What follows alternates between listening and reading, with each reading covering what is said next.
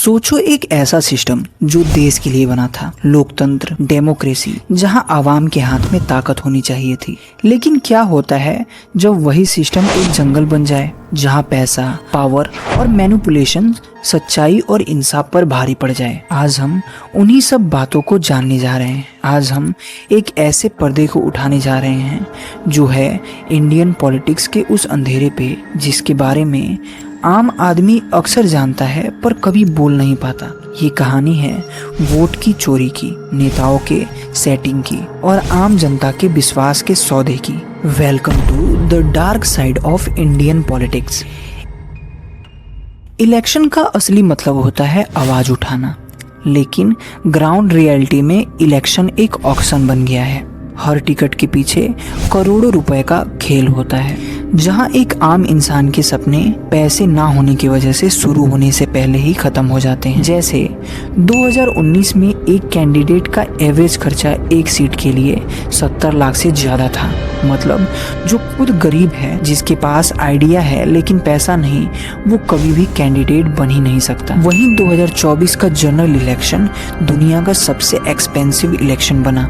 Officially candidate के लिए limit होती है सिर्फ कुछ लाख, लेकिन असली ग्राउंड पे पैसा 10 से 20 गुना ज्यादा खर्च होता है। वहीं दूसरी तरफ पॉलिटिक्स एक सर्विस नहीं बल्कि एक फैमिली बिजनेस बन चुकी है। भारत के 60% से ज्यादा एमपीज पॉलिटिकल फैमिली से बिलोंग करते हैं। मतलब अगर आपके बाप या दादा नेता थे तो आपके लिए रास्ता सीधा है। एग्जाम्पल छुपाना मुश्किल है, लेकिन गांधी फैमिली से लेकर रीजनल शासक तक, यानी यादव्स इन उत्तर प्रदेश और बिहार, पवार्स इन महाराष्ट्र और अब्दुल्लाज इन कश्मीर, लिस्ट बहुत लंबी है।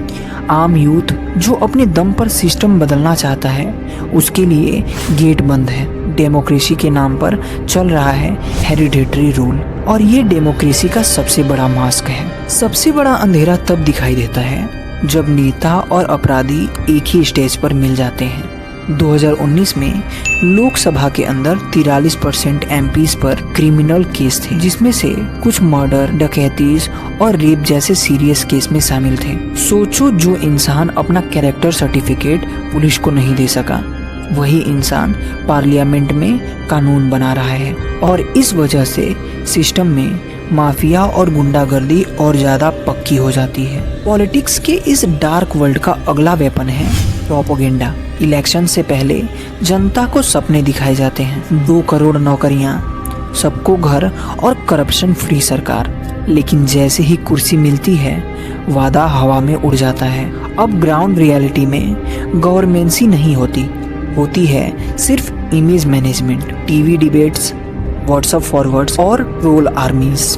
और मीडिया की चमक धमक में असली इश्यूज जैसे बेरोजगारी, हेल्थ केयर, एजुकेशन सब दबा दिए जाते हैं। जो सच बोलता है उसकी आवाज या तो दबा दी जाती है या उसे देशद्रोही या एंटी नेशनल कह के बदनाम कर दिया जाता है। पॉलिटिक्स का एक और अंधेरा है डिवाइड एंड रूल। ब्रिटिशर्स ने इस तरीके से राज किया था और हमारे नेता अब भी वही कर रहे हैं। जाति, धर्म और भाषा के नाम पर लोगों को लड़ाने का काम कर रहे हैं और फिर उनके वोट को एक बैंक की तरह कैश कर लेते हैं। हर इलेक्शन के पहले किसी न किसी टेंशन को हवा दी जाती है, कभी मंदिर मस्जिद को लेकर, तो कभी कास्ट सेंसस और कभी रिजर्वेशन का मुद्दा उठाकर। लेकिन ये कहानी सिर्फ अंधेरे की नहीं है। हर अंधेरे के बाद सुबह जरूर होती है। आज भी देश के छोटे शहरों में, गांव में यूथ लीडर निकल रहे हैं जो करप्शन के खिलाफ लड़ रहे हैं। आरटीआई एक्टिविस्ट, सोशल रिफॉर्मर्स और स्टूडेंट लीडर्स